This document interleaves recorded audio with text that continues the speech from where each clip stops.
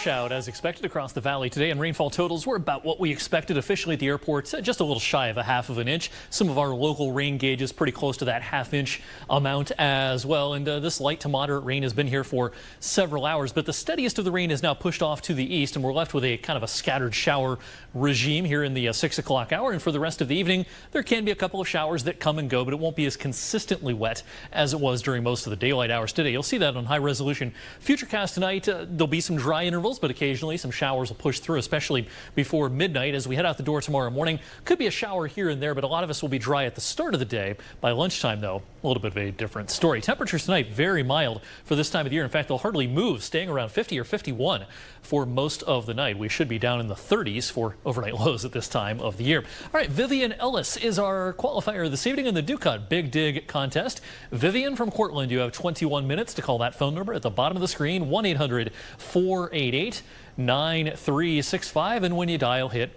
option 5. So it's not a washout tomorrow, but we are going to have a band of showers that moves through around midday. Some of us will get wet around 10 or 11 a.m. As we fast forward to 1 or 2 in the afternoon, the sun may be out briefly, but at the same time, temperatures will start falling. So our warmest temperature probably occurs late in the morning on Wednesday. By evening, by about this time tomorrow evening, we'll be back in the clouds. The temperatures will be down in the 30s, and there might be a snow flurry in a few spots around dinner time for tomorrow. So it's kind of a backwards day tomorrow with that high occurring pretty early in the day. By evening, it'll be down in the 30s. The wind chill will be mostly in the 20s. And speaking of wind chills, that'll be a factor for Thanksgiving Day and Friday. It's going to be windy and cold everywhere. Now, what about snow? Anybody who has to travel north, be aware that this is going to be very problematic. This lake effect snow up towards I-90 from Ashtabula County over towards Erie, PA, and up into some of the southern suburbs of Buffalo, New York. That's where the highest amounts of snow will be. For most of our viewing area, the snow will be less problematic, but still, it's going to be possible through the day on Friday to see enough snow to make things a little bit slick on some surfaces,